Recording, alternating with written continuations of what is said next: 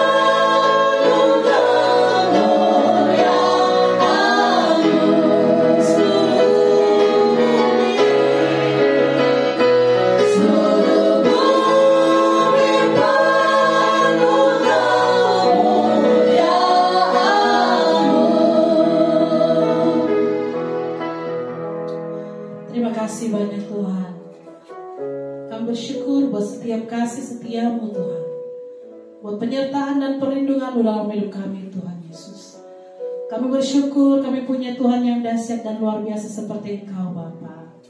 Karena Engkau tidak pernah meninggalkan kami walau sedetik pun Tuhan. Terima kasih buat setiap kebaikan, anugerah-Mu dan penyertaan dalam kami Tuhan. Terima kasih buat semua yang sudah Kau berikan bagi kami Bapa. Mari Kau mau sucikan dan kuduskan setiap hati dan pikiran kami, tubuh jiwa kami Tuhan. Dari ujung rambut sampai telapak kaki kami Tuhan. Kuduskan kami semua. Biarlah kami layak untuk menghadap hadirat-Mu Bapa. Berkati ibadah kami pada hari ini Tuhan. Dalam nama Tuhan Yesus, kami siap memuji dan menyembah-Mu Tuhan. Haleluya. Mari Roh Kudus memenuhi setiap kami. Roh Kudus yang hidup penuhiku. Roh Kudus yang hidup pulihkanku. Turunlah urapan ke atasku, membangkitkan kuasa-Mu. Roh Kudus yang hidup penuhiku. Roh Kudus yang hidup pulihkanku. Turunlah urapan ke atasku, membangkitkan kuasa-Mu.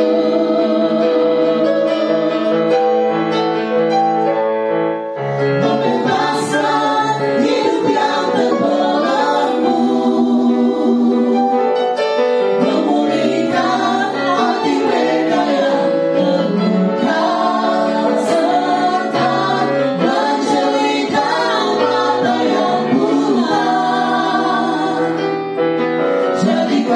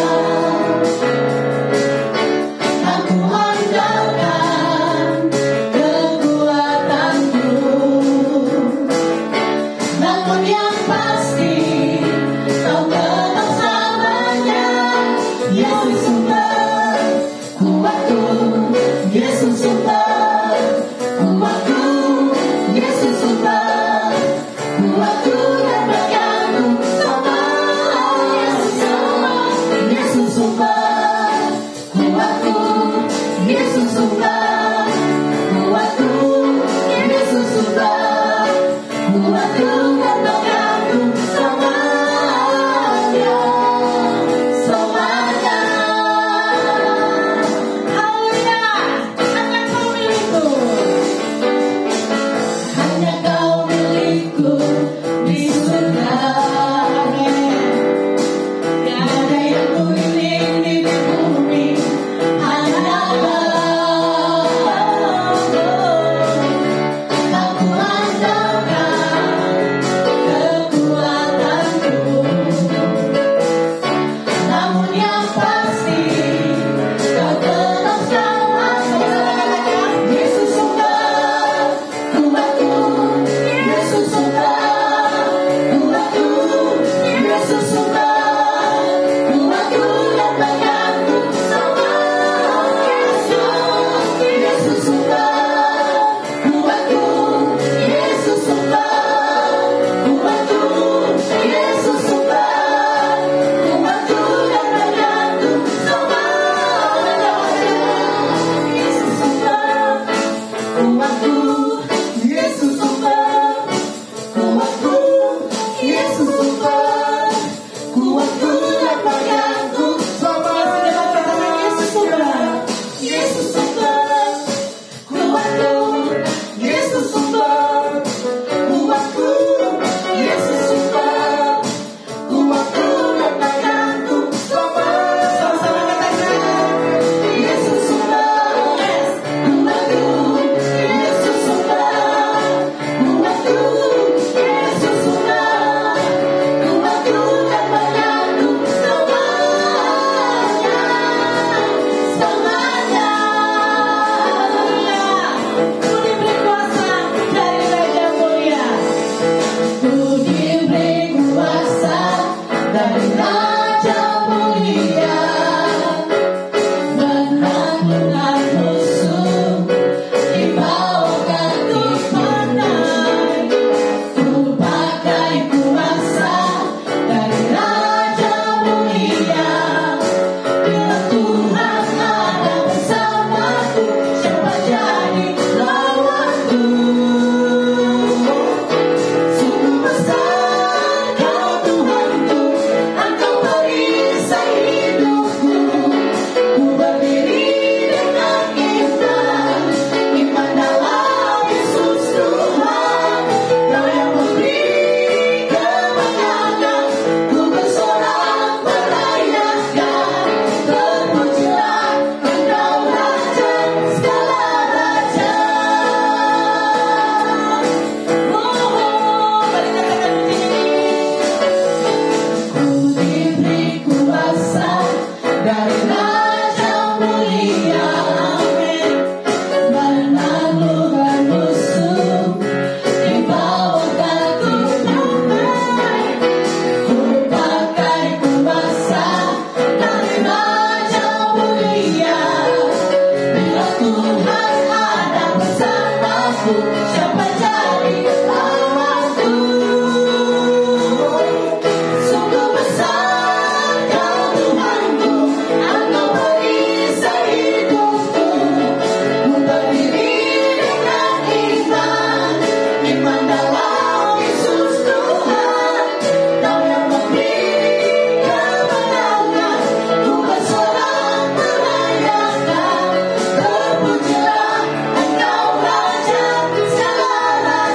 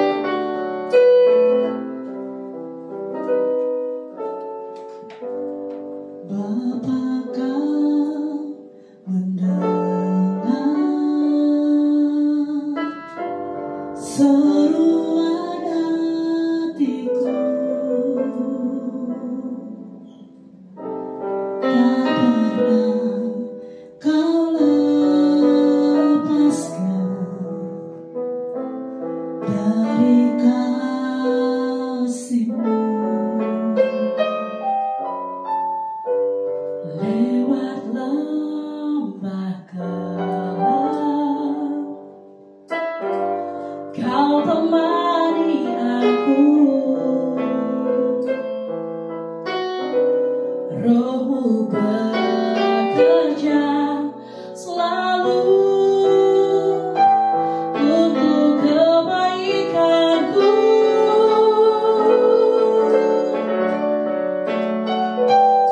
Mengalir kuasa dari tempat maha tinggi, Bapa kekal mulia, Kau hadir di sini, memulihkan hati, menyembuhkan yang terluka.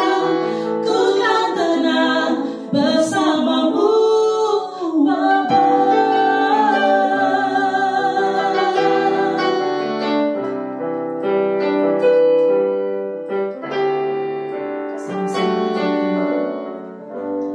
Bapa, Kau benar,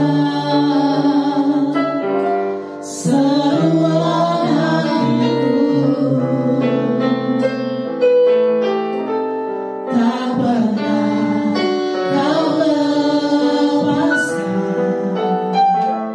dari kasih-Mu. Lewat lembah gelap, Kau temani aku. Rohmu bekerja selalu untuk kebaikanku. Mengalir kuasa dari tempat maha tinggi, Bapa kekal mulia, Kau hadir di sini, memulihkan hati, menyembuhkan yang terluka. Ku kan tenang bersamamu, Bapa. Mengalir kuasa dari tempat maha tinggi, Bapa kekal mulia, Kau hadir di sini, memulihkan hati, menyembuhkan yang terluka. Ku kan tenang bersamamu, Bapa. Mengalir kuasa dari tempat maha tinggi, Bapa kekal mulia, Kau hadir di sini, memulihkan hati, menyembuhkan yang terluka. Ku kan tenang bersamamu, Bapa.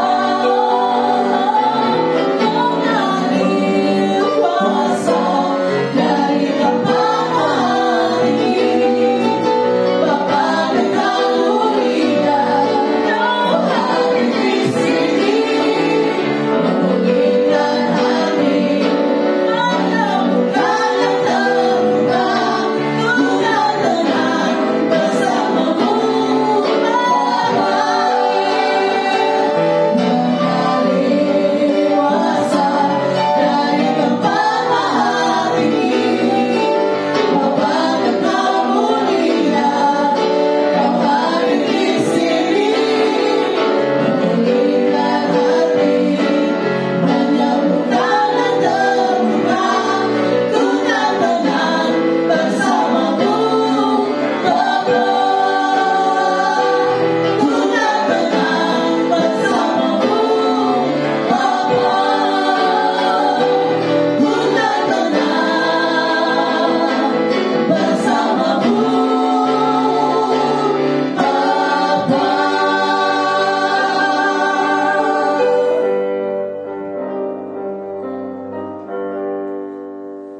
Shalom. Sebelum kita mendengarkan firman Tuhan, terlebih baik kita terlebih dahulu berdoa. Mari kita berdoa. Terima kasih Tuhan, kami bersyukur hari ini Tuhan baik. Tuhan masih memberikan kami kesehatan, kekuatan untuk menjalani hidup ini.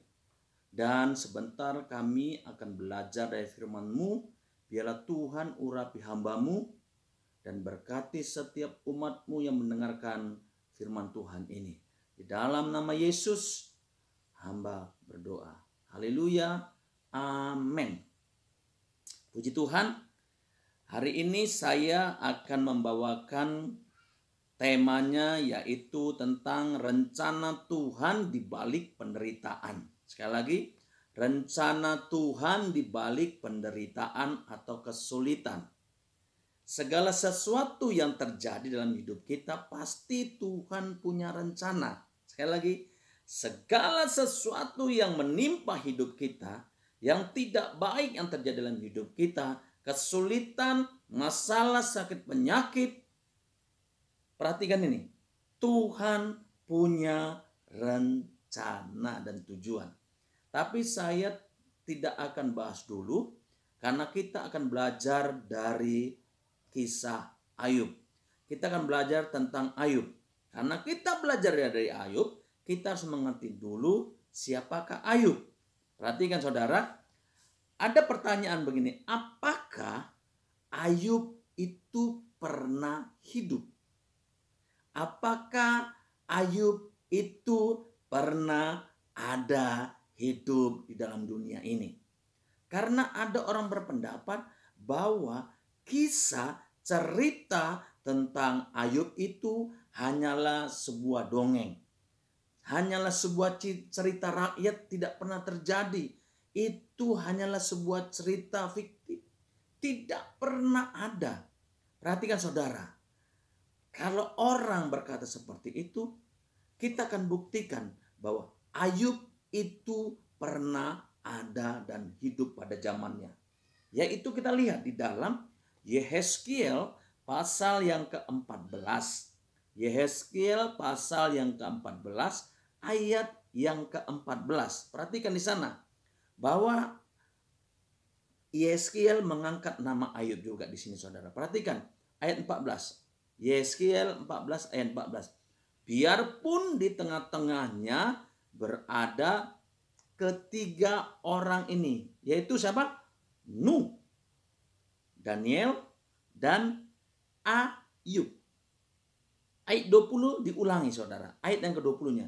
Dan biarpun Nuh, Daniel, dan Ayub berada di tengah-tengah bangsa itu. Ini ceritanya di mana Tuhan marah, ingin menghukum karena ketidakpercayaan bangsa Israel. Tuhan marah.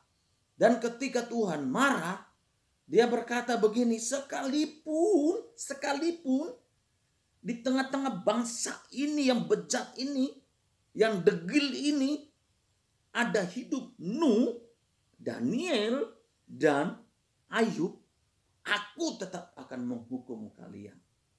Aku tetap akan menghukum bangsa ini. Perhatikan. Berarti Ayub itu pernah ada dan hidup. Karena nama Ayub juga diangkat oleh Yehezkiel. Ketika Tuhan marah dan ingin menghukum, dan Tuhan berkata, Yehezkiel berkata, sekalipun ada Ayub, berarti tiga orang ini adalah orang yang hidupnya saleh, orang yang hidupnya berkenan kepada Tuhan. Tetapi Tuhan berkata apa? Sekalipun mereka ada di tengah bangsa ini, aku tetap akan menghukum. Aku tidak akan mengampuni. Karena apa? Karena kejahatan mereka.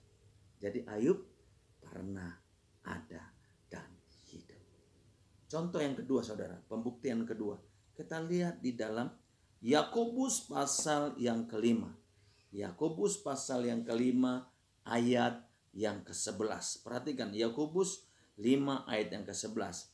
Di sana dikatakan sesungguhnya kami menyebut mereka berbahagia. Siapa? Yaitu mereka yang telah bertekun.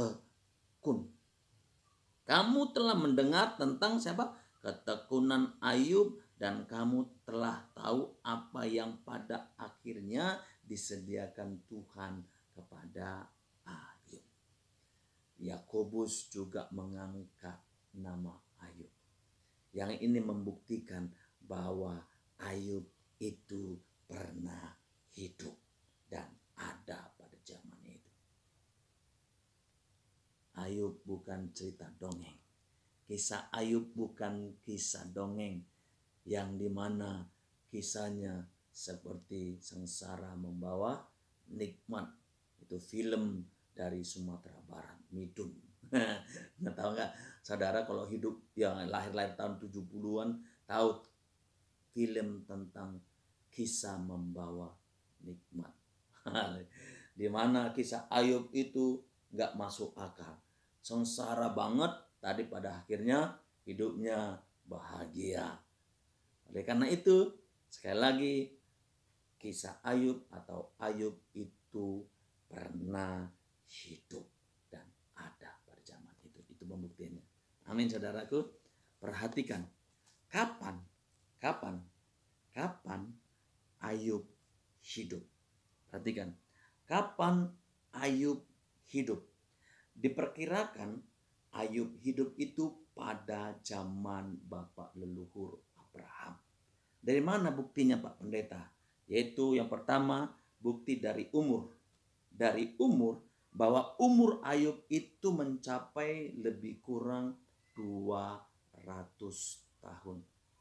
Di mana? Kita lihat di dalam Ayub pasal yang ke-42 ayat yang ke-10. Perhatikan ayat.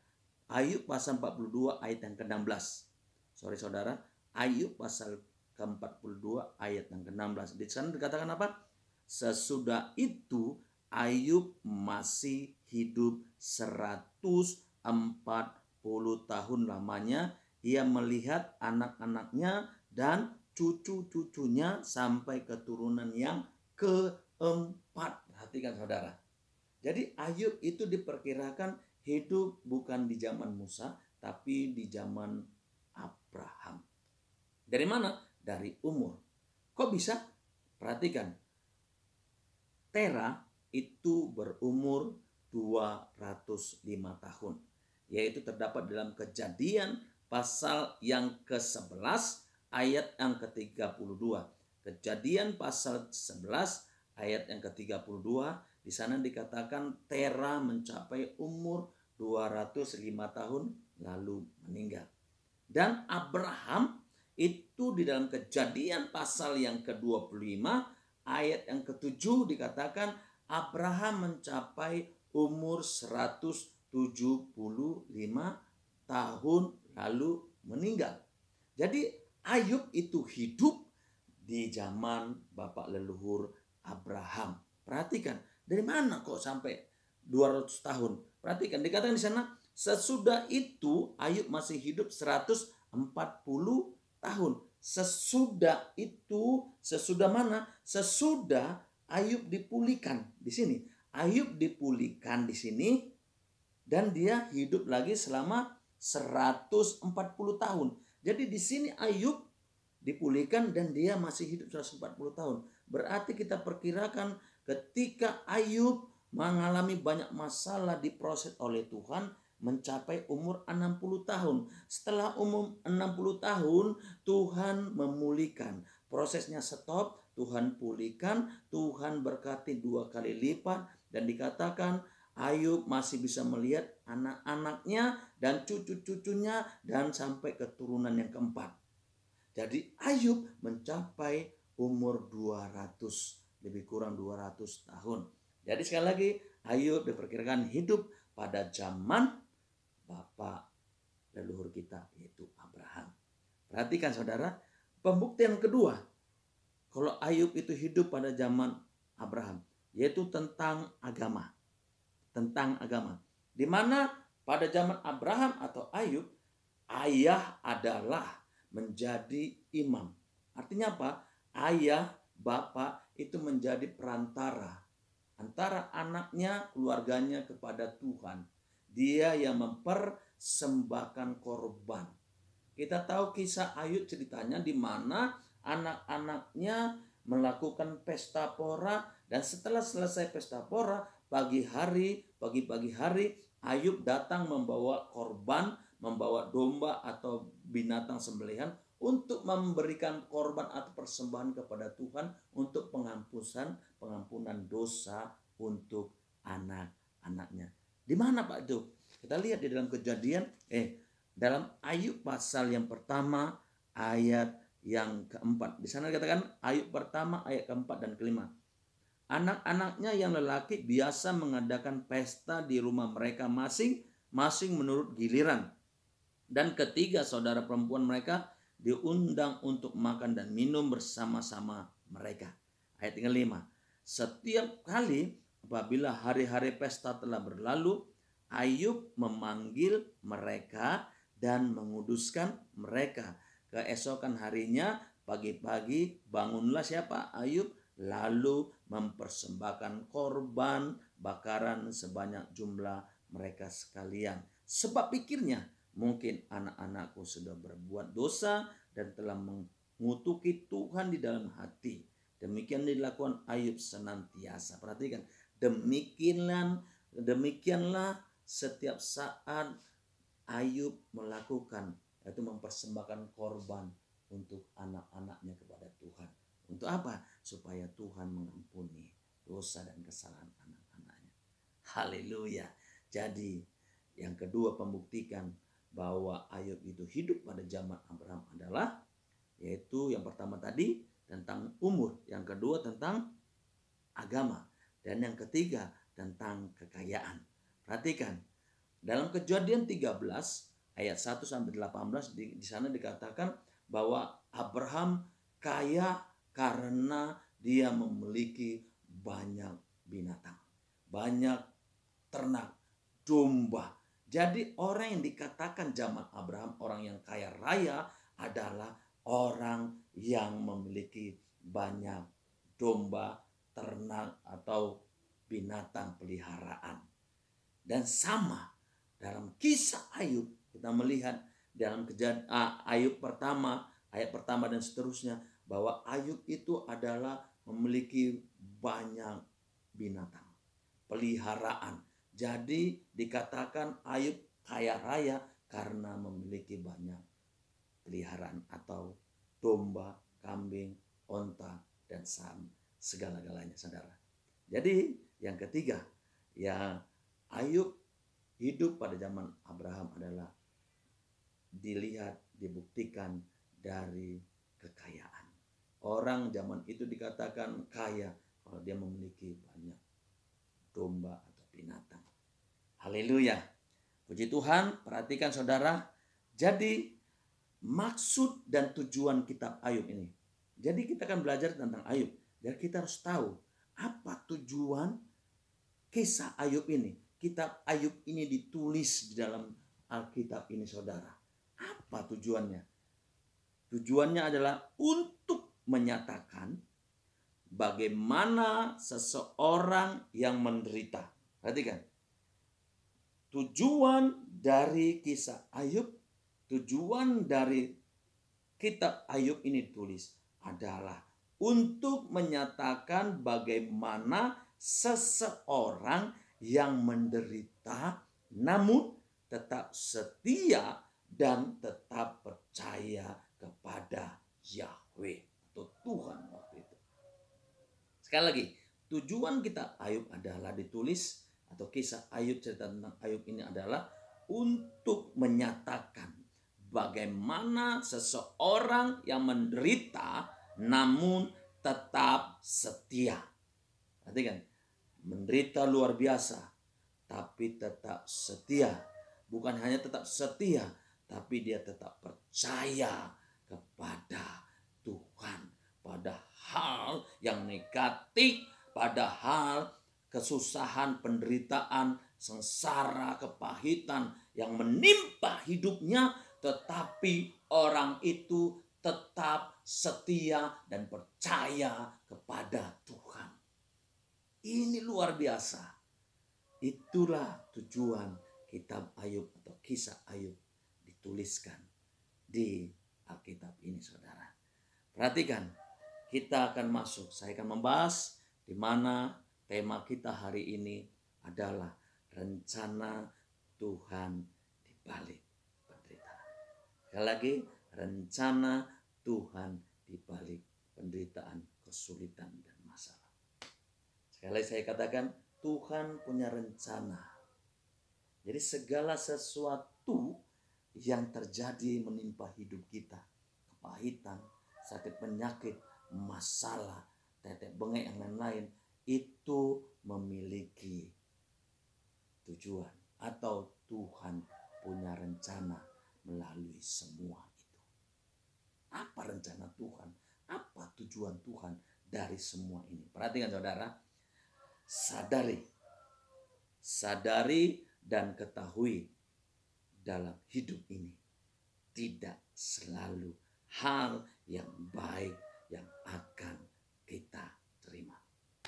Sekali lagi, sadari dan ketahuilah bahwa dalam hidup ini tidak selalu hal yang baik yang akan kita terima.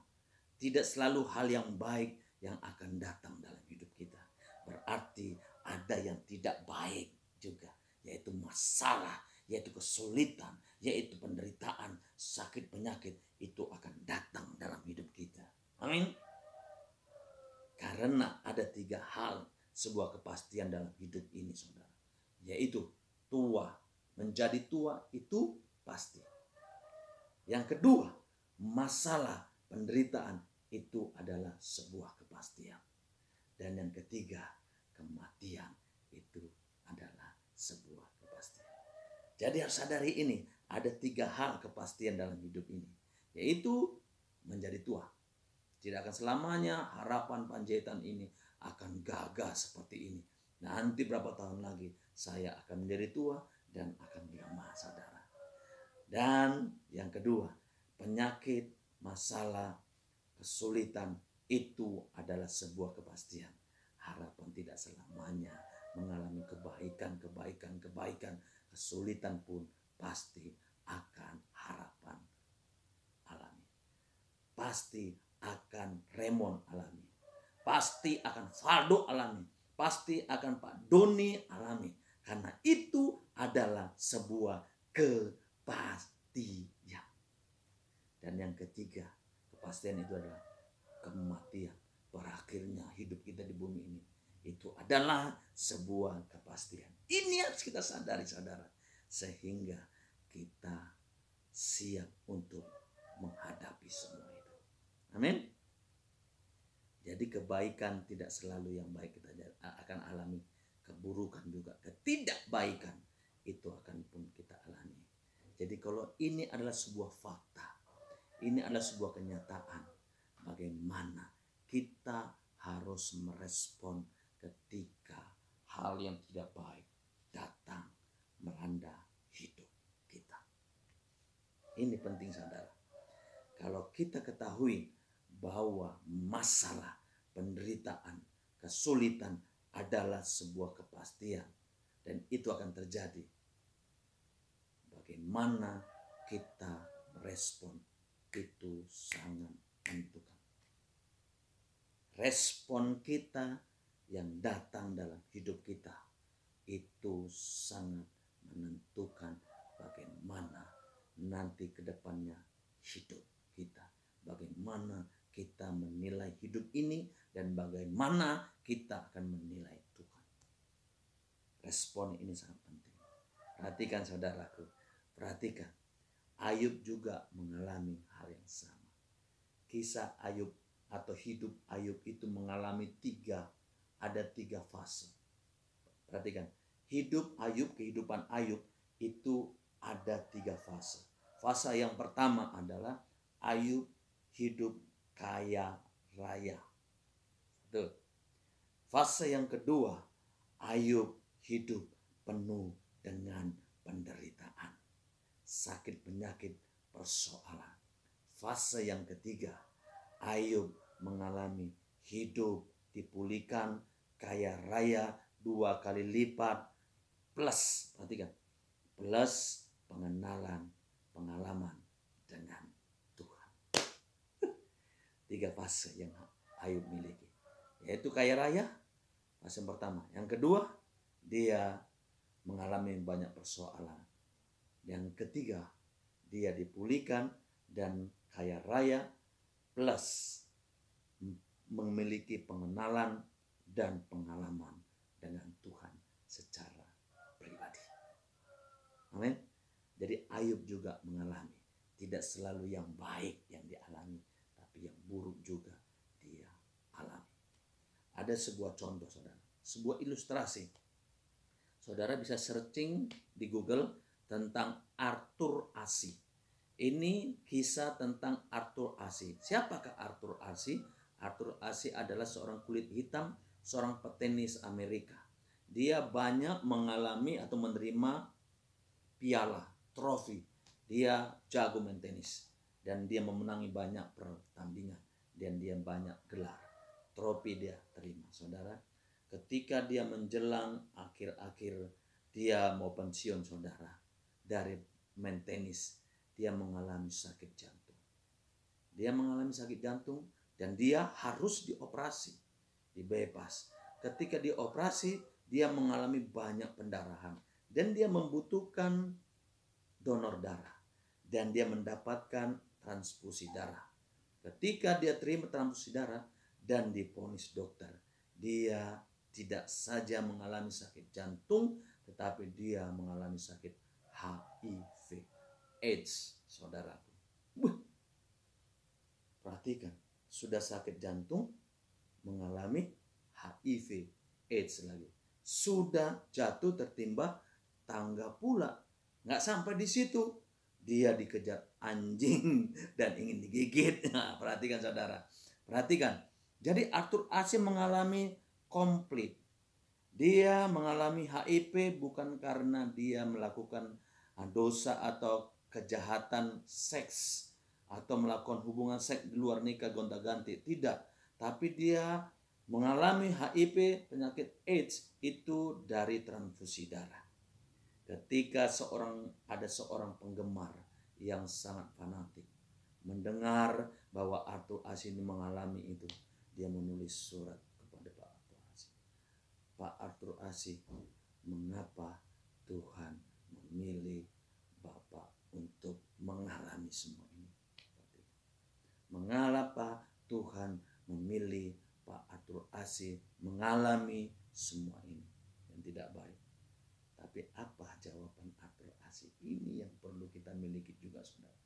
Dia merespon dengan benar ketika yang tidak baik yang terjadi, yang datang menimpa hidup dia.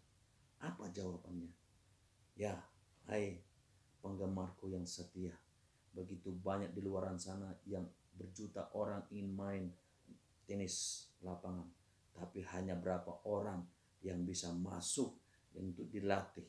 Tapi perhatikan bla bla bla, dan ketika pertandingan hanya 2 yang masuk dalam final, yaitu hanya 2 yang masuk ke dalam final.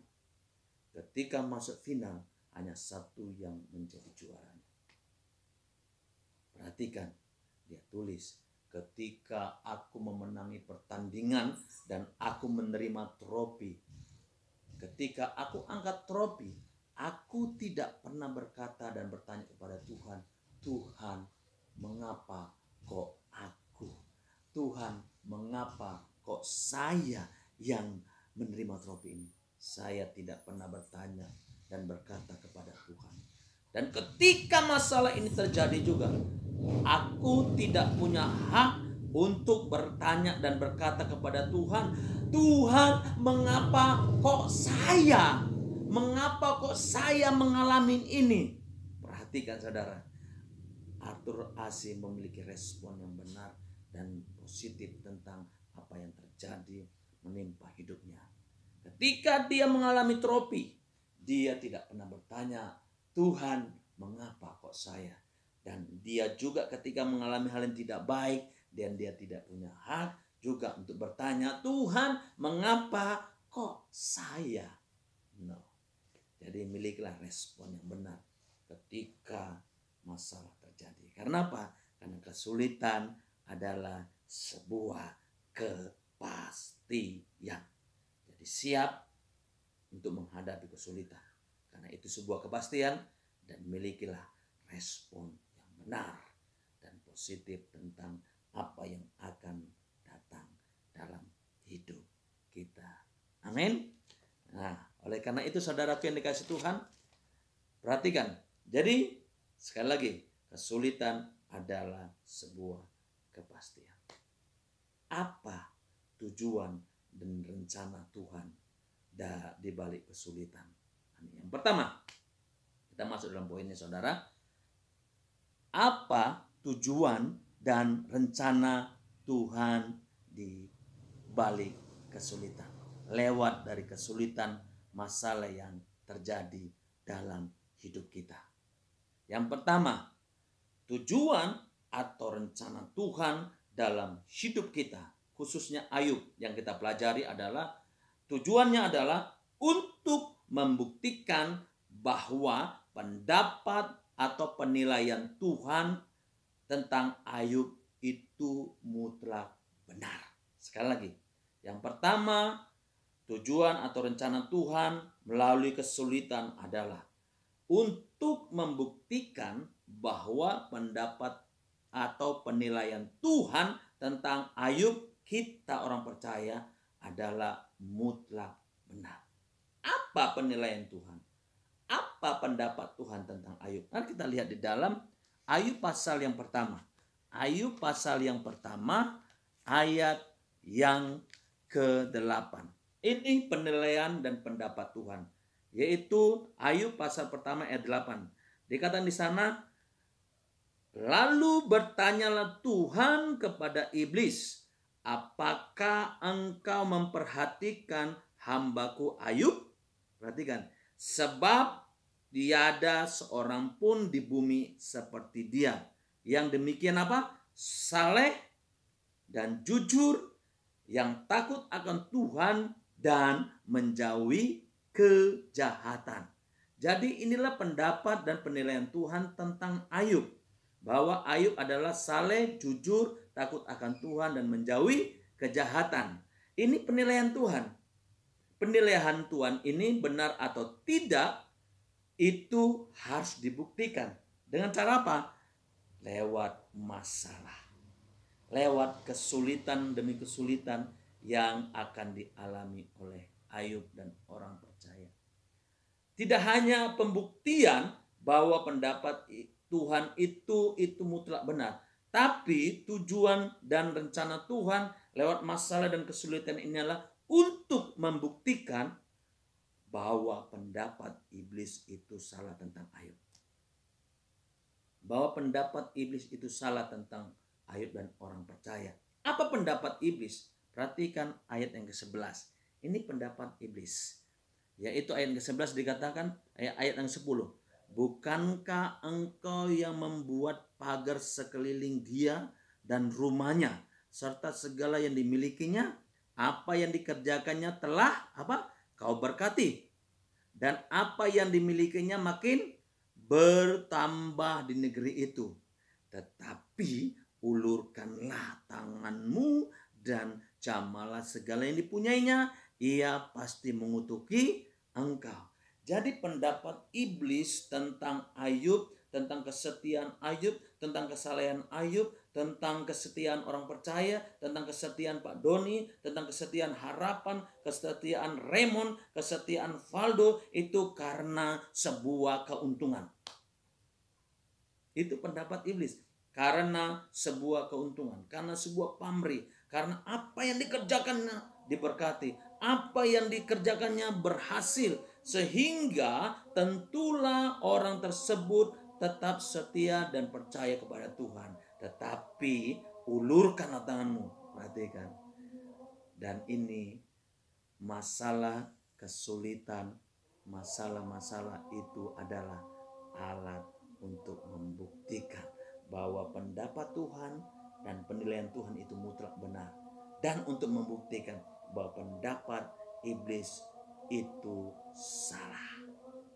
Amin. Jadi ketika kita mengalami persoalan, tetap bertahan. Karena apa? Mungkin itu adalah sebuah pembuktian bahwa penilaian Tuhan itu benar tentang pengiringan kita terhadap Tuhan. Tuhan Tuhan lagi puji Ayub di alam roh. Tuhan lagi puji kita di alam roh. Ketika Tuhan memuji, ada satu oknum yang tidak senang, yaitu namanya iblis. Dan iblis akan mencoba untuk membuktikan bahwa pendapat Tuhan itu salah. Sehingga Tuhan bilang, silakan. Jadi masalah yang pertama adalah untuk membuktikan bahwa pendapat Tuhan itu benar dan membuktikan pendapat iblis itu salah. Itu rencana Tuhan dan tujuannya Tuhan yang pertama. Dan tujuan yang kedua, rencana Tuhan dari masalah adalah untuk mendapat pengalaman.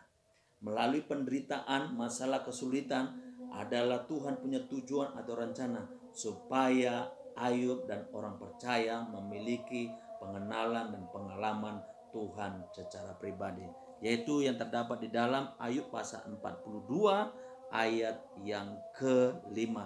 Ayub pasal 42 ayat ke-5 dikatakan, oh, hanya dari kata orang saja aku mendengar tentang engkau, tetapi sekarang mataku sendiri memandang engkau. Perhatikan, jadi tujuan yang kedua rencana Tuhan lewat melalui masalah, kesulitan adalah supaya Ayub dan orang percaya memiliki pengalaman dan pengenalan tentang Tuhan secara pribadi.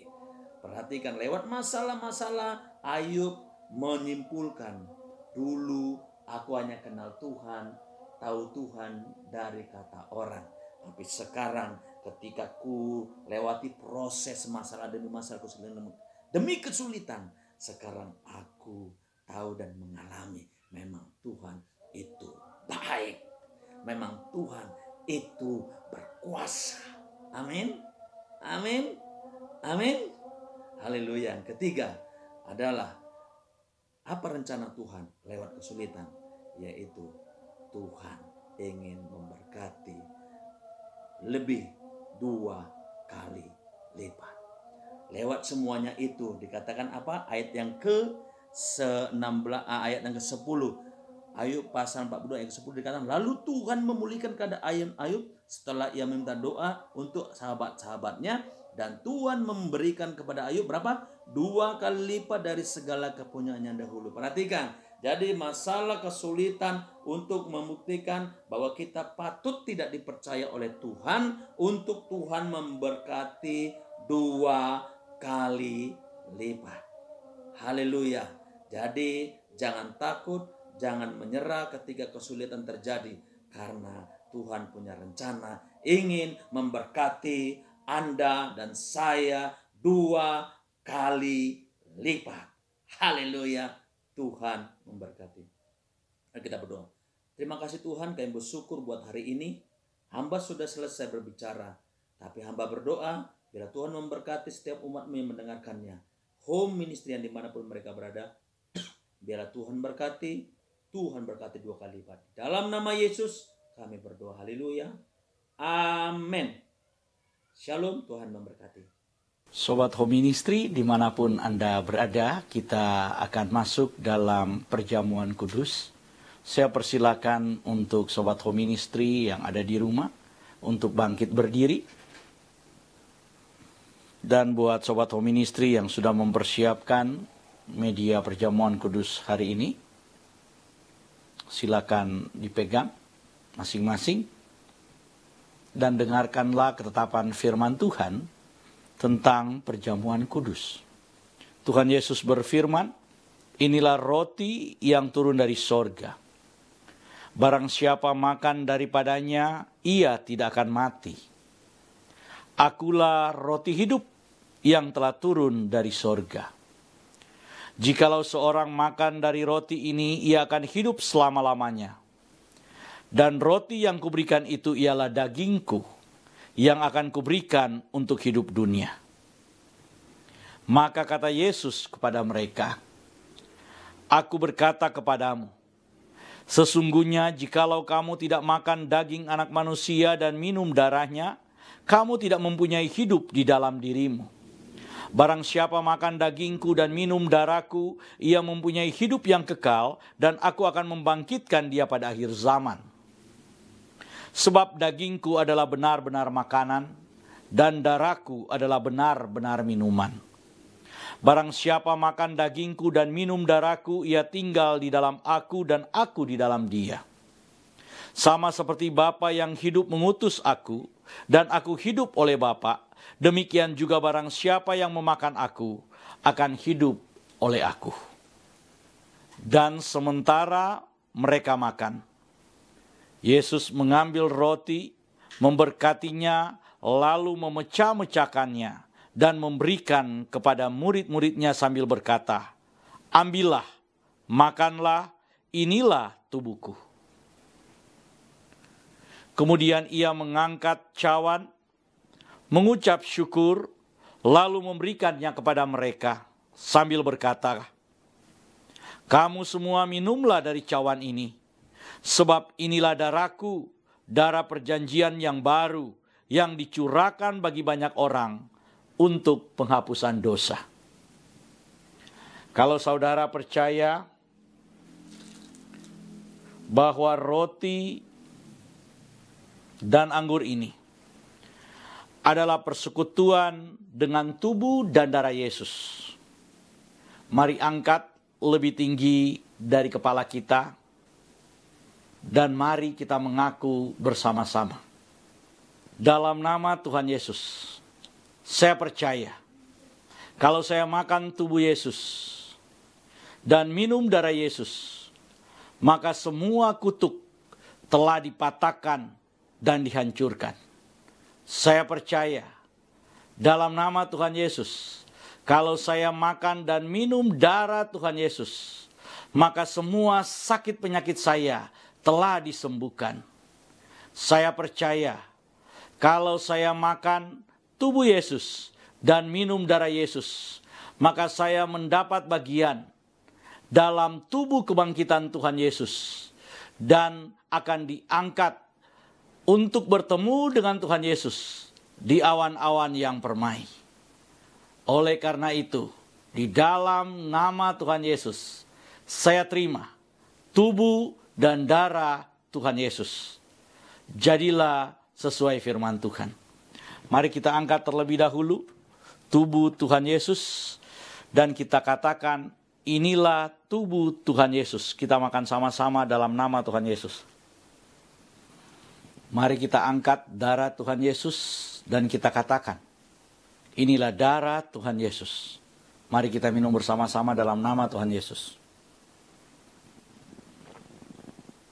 Kita telah menyatu dengan tubuh dan darah Tuhan Yesus. Mari kita mengucap syukur bersama-sama.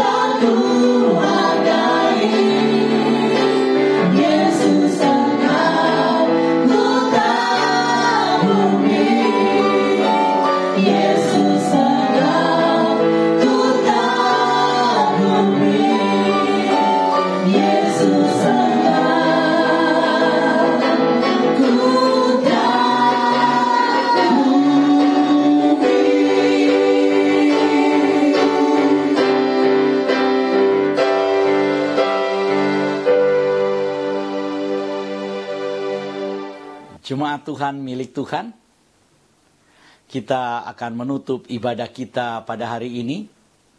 Mewakili Gembala Home Ministry, yaitu Pak Doni Toisuta, kami ucapkan terima kasih untuk jemaat home ministry yang setia mengikuti ibadah ini sampai akhir, baik yang ada di Sulawesi Utara, yang ada di Purwakarta, maupun yang ada di berbagai tempat. Tuhan Yesus memberkati kita semua. Jemaat Tuhan, milik Tuhan, mari angkatlah kedua belah tanganmu, arahkan hati dan pikiranmu, dan terimalah berkat Tuhan. Diberkatilah hidupmu, diberkatilah rumah tempat tinggalmu, diberkatilah keluarga, suami, istri, anak-anak, dan cucu-cucumu.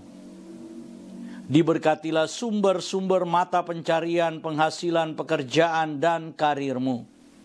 Diberkatilah tubuh jasmani dan kesehatanmu. Dan diberkatilah pertumbuhan rohanimu. Biarlah semua berkat dari Bapa Sorgawi, Bapa Yahweh namanya, cinta kasih dari Tuhan kita Yesus Kristus, Yeshua HaMashiach, dan persekutuan dengan Roh-Nya yang kudus, Ruach HaKodes, menyertai kita semua, mulai dari sekarang sampai selama-lamanya. Kita yang percaya, diberkati oleh Tuhan dan menerima berkat Tuhan ini, mari berkata bersama saya, Amin.